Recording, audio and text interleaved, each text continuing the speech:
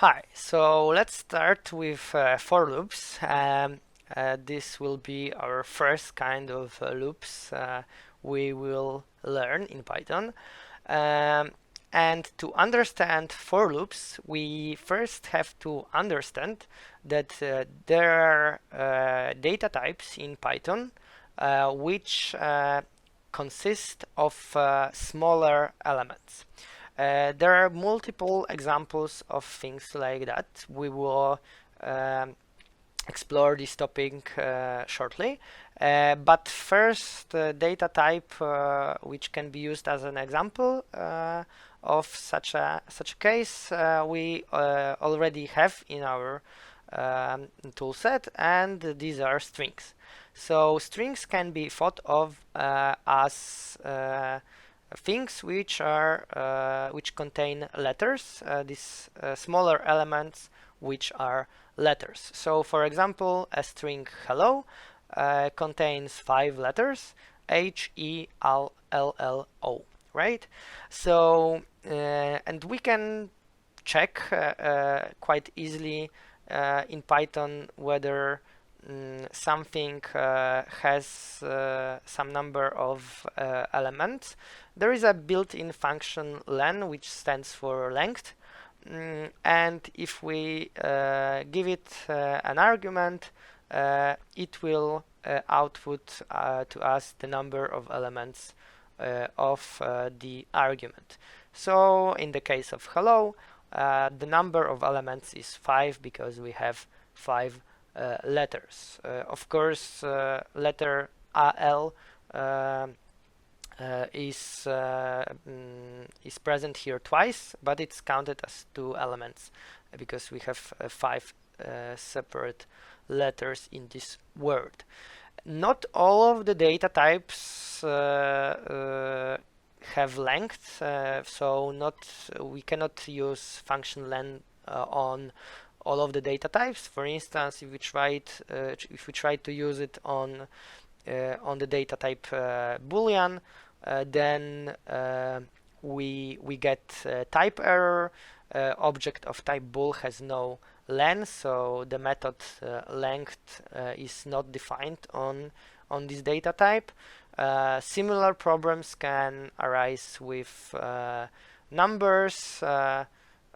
Maybe it will be surprising for you, but floating numbers and numbers also don't have a len parameter, so Python does not count a number of numbers in a number of digits.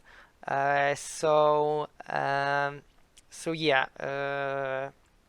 there are different data types. For some of them, there are smaller elements which are contained in this data type, and for some of them, it's not such case. And with time, you will learn which data types have such smaller elements. For now, the first example is strings. And so let's have a look what we can actually do if we have a data type like this. And so let's have a look at our first for loop example. And it's a really simple example when we go through a string and we print each letter when we encounter it.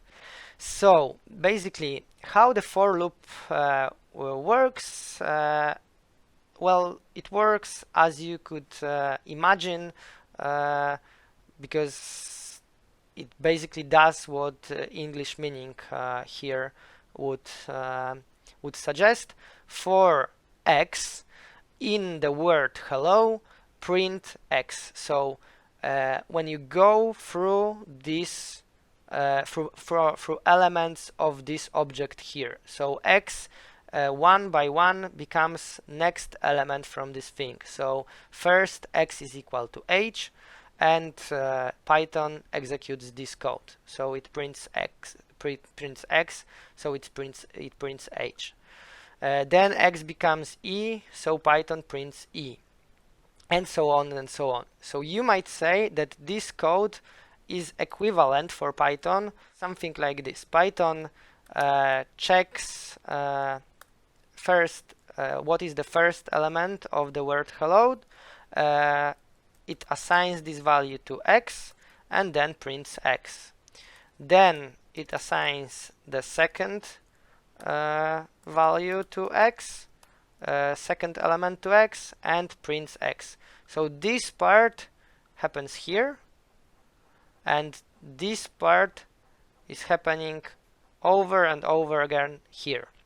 Okay, so entire example would be, it will take some time to write it, but print x, maybe I will copy this one, x equals L, print x, and x equals O, print x. As you can see, if I run this cell, I get exactly the same output as I did here. The only difference is that here I only had to use 2 lines of code. Here I had to use 10. And here, if the word becomes hello there, nothing changes. I just have to add there. Here, if I want to do this, I have to copy this code and add space and then spell the entire there word. So, so yeah, it's much easier to use this structure. And as you can see, the structure is quite straightforward. First, you write the keyword for, which is a reserved keyword. You cannot use it for anything else. Then you name the variable which will be changing, which will be it will be assigned next consecutive elements of a thing which we place here. Then you use word also reserved keyword in, and then you specify through elements of what you want to iterate through. Then there is a colon, and then you can have whatever code you want below, and we will see in a minute how you can use this code to create more sophisticated things than just printing letters, because of course if this was all we could get, then nobody would be interested in that. So yeah, this is basically the structure of for loops, and in the next video we will have a look at more complicated examples of using a for loop for something else. So thank you, and see you in the next video.